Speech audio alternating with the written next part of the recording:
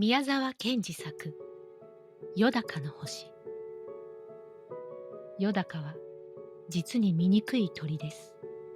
顔はところどころ味噌をつけたようにまだらで、くちばしは平たくて耳まで裂けています。足はまるでよぼよぼで一軒とも歩けません。他の鳥はもうよだかの顔を見ただけでも嫌になってしまうという具合でした。例えばヒバリもあまり美しい鳥ではありませんが、よだかよりはずっと上だと思っていましたので、夕方などよだかに会うとさもさも嫌そうにしんねりと目をつぶりながら首をそっぽへ向けるのでした。もっと小さなおしゃべりの鳥などはいつでもよだかの真っ向から悪口をしました。また出てきたね。まああのざまをごらん。本当に鳥の仲間の面汚しだよ。ね。まああの口の大きいことさ。きっとカエルのしんどいか何かなんだよ。こんな調子です。おう、よだかでないただの鷹ならば、こんな生半可の小さい鳥はもう名前を聞いただけでもブルブル震えて顔色を変えて体を縮めて木の葉の陰にでも隠れたでしょう。ところがよだかは本当は鷹の兄弟でも親類でもありませんでした。かえってよだかはあの美しいカワセミや鳥の中の宝石のようなハチスズメの兄さんでした。ハチスズメは花の蜜を食べ、カワセミはお魚を食べ、よだかはハムシを取って食べるのでした。それによだかには鋭い爪も鋭いくちばしもありませんでしたから、どんなに弱い鳥でもよだかを怖がるはずはなかったのです。それなら鷹という名のついたことは不思議なようですが、これは一つはよだかの羽がむやみに強くて、風を切ってかけるときなどはまるで鷹のように見えたことと、もう一つは鳴き声が鋭くて、やはりどこか鷹に似ていたためです。もちろん鷹はこれを非常に気にかけて嫌がっていました。それですからよだかの顔さえ見ると肩を怒らせて、早く名前を改めろ、名前を改めろと言うのでした。ある夕方、とうとう鷹がよだかのうちへやってまいりました。おい、いるかい。まだお前は名前を変えないのか。ずいぶんお前も恥知らずだな。お前と俺ではよっぽど人格が違うんだよ。例えば俺は青い空をどこまででも飛んでいく。お前は曇って薄暗い日か夜でなくちゃ出てこない。それから俺のくちばしや爪を見ろ。そしてよくお前のと比べてみるがいい。鷹さん、それはあんまり無理です。私の名前は私が勝手につけたのではありません。神様からくださったのです。いいや、俺の名なら神様からもらったのだと言ってもよかろうが、お前のはいわば俺と夜と両方から借りてあるんだ。さあ返せ。鷹さん、それは無理です。無理じゃない。俺がいい名を教えてやろう。一蔵と言うんだ。一蔵とな。いい名だろう。そこで名前を変えるには、改名の披露というものをしないといけない。いいか、それは首へ一蔵と書いた札をぶら下げて、私は以来一蔵と申しますと、口上を言って、みんなのところをお辞儀して回るのだ。そんなことはとてもできません。いいや、できる。そうしろ。もし、あさっての朝までに、お前がそうしなかったら、もうすぐ、つかみ殺すぞ。つかみ殺してしまうからそう思え。俺は、あさっての朝早く、鳥のうちを一軒ずつ回って、お前が来たかどうか聞いて歩く。一軒でも来なかったという家があったら、もう貴様もその時がおしまいだぞ。だって、それはあんまり無理じゃありませんか。そんなことをするくらいなら、私はもう死んだ方がましです。今すぐ殺してください。まあよく後で考えてごらん。一蔵なんてそんなに悪い名じゃないよ。鷹は大きな羽をいっぱいに広げて、自分の巣の方へ飛んで帰っていきました。よだかはじっと目をつぶって考えました。一体僕はなぜこうみんなに嫌がられるのだろう。僕の顔は味噌をつけたようで、口は裂けてるからな。それだって僕は今まで何にも悪いことをしたことがない。赤ん坊の目白が巣から落ちていたときは、助けて巣へ連れて行ってやった。そしたら目白は赤ん坊をまるで盗っ人からでも取り返すように僕から引き離したんだな。それからひどく僕を笑ったっけ。それに、ああ、今度は一蔵だなんて、首へ札をかけるなんて、つらい話だな。あたりはもう薄暗くなっていました。よだかは巣から飛び出しました。雲が意地悪く光って低く垂れています。よだかはまるで雲とすれすれになって音なく空を飛び回りました。それからにわかによだかは口を大きく開いて羽をまっすぐに張ってまるで矢のように空を横切りました。小さな羽虫が幾匹も幾匹もその喉に入りました。体が土につくかつかないうちに、よだかはひらりとまた空へ跳ね上がりました。もう雲はネズミ色になり、向こうの山には山焼けの火が真っ赤です。よだかが思い切って飛ぶときは、空がまるで二つに切れたように思われます。一匹のカブトムシがよだかの喉に入ってひどくもがきました。よだかはすぐそれを飲み込みましたが、その時なんだか背中がぞっとしたように思いました。雲はもう真っ黒く、東の方だけ山焼けの火が赤く映って恐ろしいようです。よだかは胸がつかえたように思いながら、また空へ登りました。また一匹のカブトムシがよだかの喉に入りました。そしてまるでよだかの喉をひっかいてバタバタしました。よだかはそれを無理に飲み込んでしまいましたが、その時、急に胸がドキッとして、よだかは大声を上げて泣き出しました。泣きながら、ぐるぐる、ぐるぐる空をめぐったのです。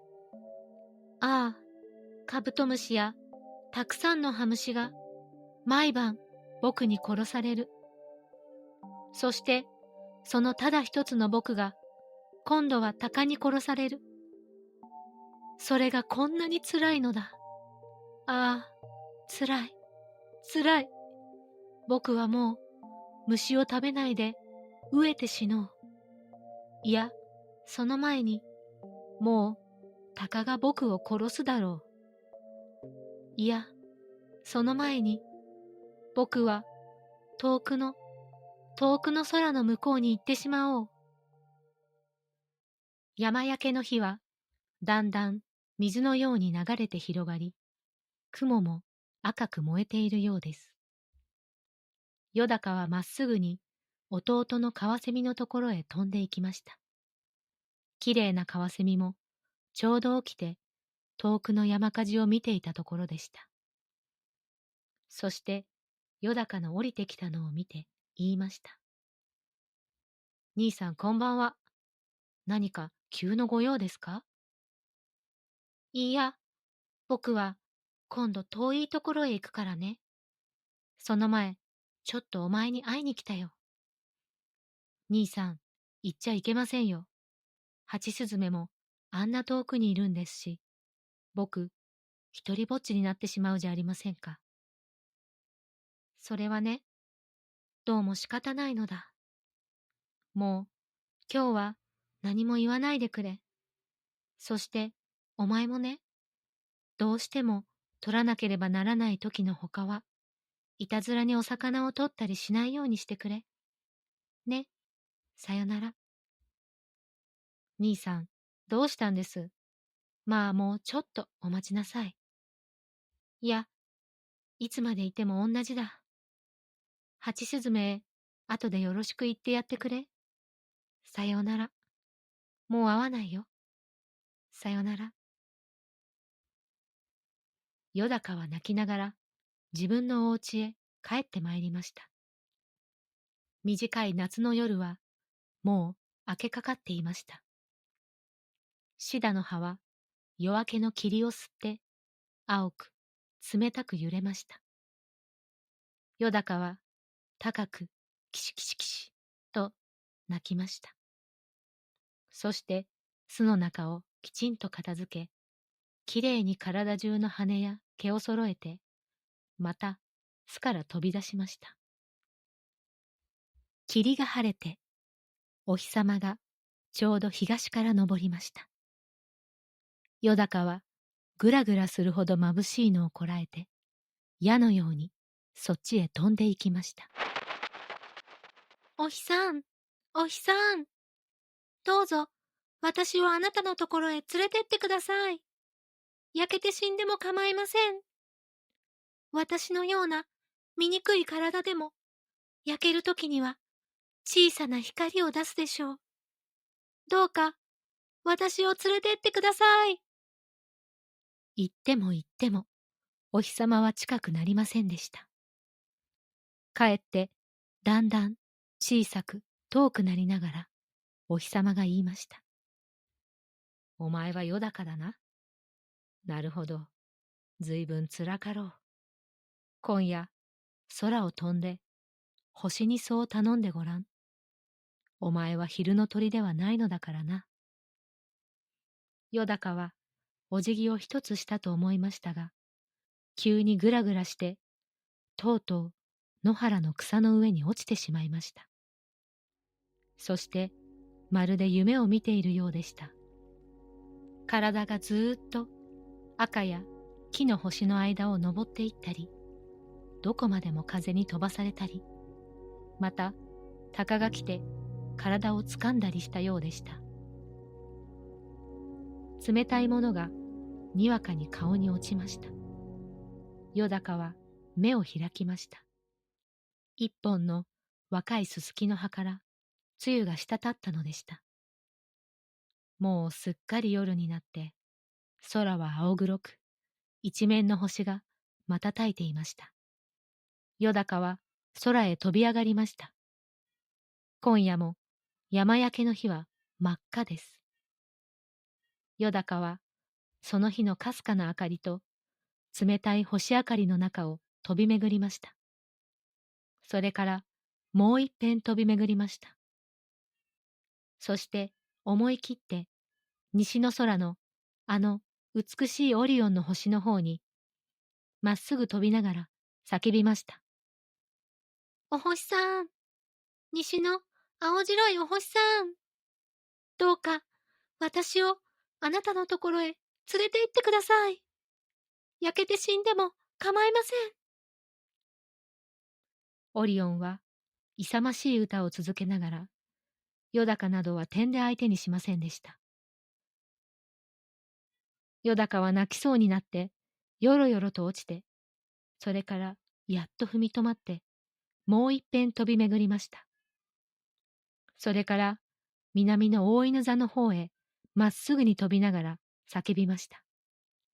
お星さん、南の青いお星さん、どうか私をあなたのところへ連れてってください。焼けて死んでも構いません。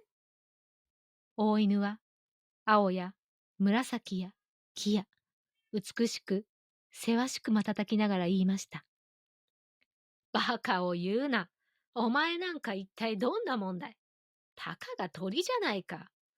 お前の羽でここまで来るには、億年、長年、億長年だ。そしてまた別の方を向きました。よだかはがっかりして、よろよろ落ちて、それからまた二辺飛び巡りました。それからまた思い切って北の大熊星の方へまっすぐ飛びながら叫びました。北の青いお星様、あなたのところへどうか私を連れてってください。大熊星は静かに言いました。余計なことを考えるものではない。少し頭を冷やしてきなさい。そういう時は氷山の浮いている海の中へ飛び込むか、近くに海がなかったら氷を浮かべたコップの水の中へ飛び込むのが一等だ。よだかはがっかりしてよろよろ落ちて、それからまた四辺空を巡りました。そしてもう一度東から今昇った天の川の向こう岸のわしの星に叫びました。東の白いお星様、どうか私をあなたのところへ連れてってください。焼けて死んでも構いません。わしは王風に言いました。いいや、とてもとても、話にも何もならん。星になるには、それ相応の身分でなくちゃいかん。また、よほど金もいるのだ。よだかはもうすっかり力を落としてしまって、羽を閉じて地に落ちていきました。そして、もう一尺で地面にその弱い足がつくというとき、よだかはにわかにのろしのように空へ飛び上がりました。空の中ほどへ来て、よだかはまるでわしが熊を襲おうとする時のようにブルッと体をゆすって毛を逆立てました。それからキチキチキチキチキチと高く高く叫びました。その声はまるで鷹でした。野原や林に眠っていた他の鳥はみんな目を覚ましてブルブル震えながらいぶかしそうに星空を見上げました。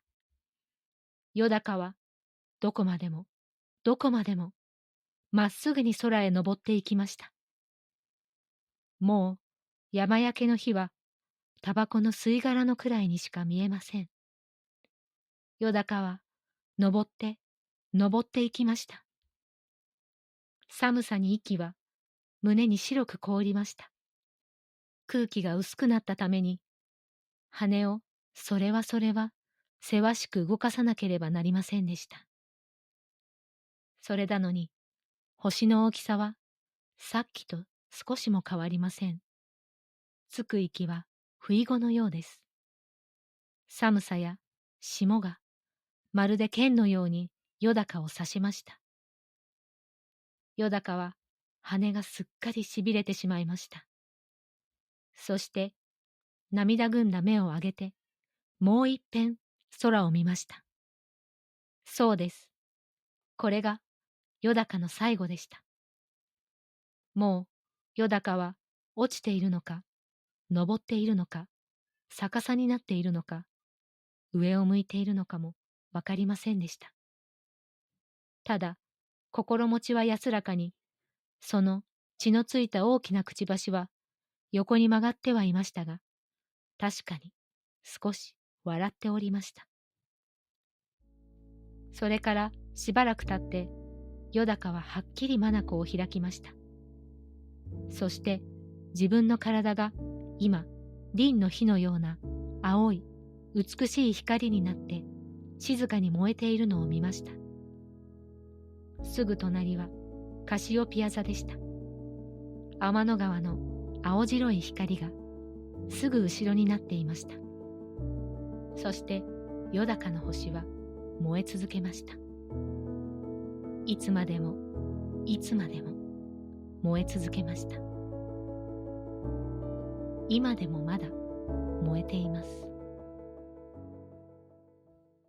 ことの葉の森でのひととき、いかがでしたか？このチャンネルでは物語や詩を静かに読み継いでいます。よろしければチャンネル登録をして、また遊びにいらしてくださいね。お相手は中島莉子でした。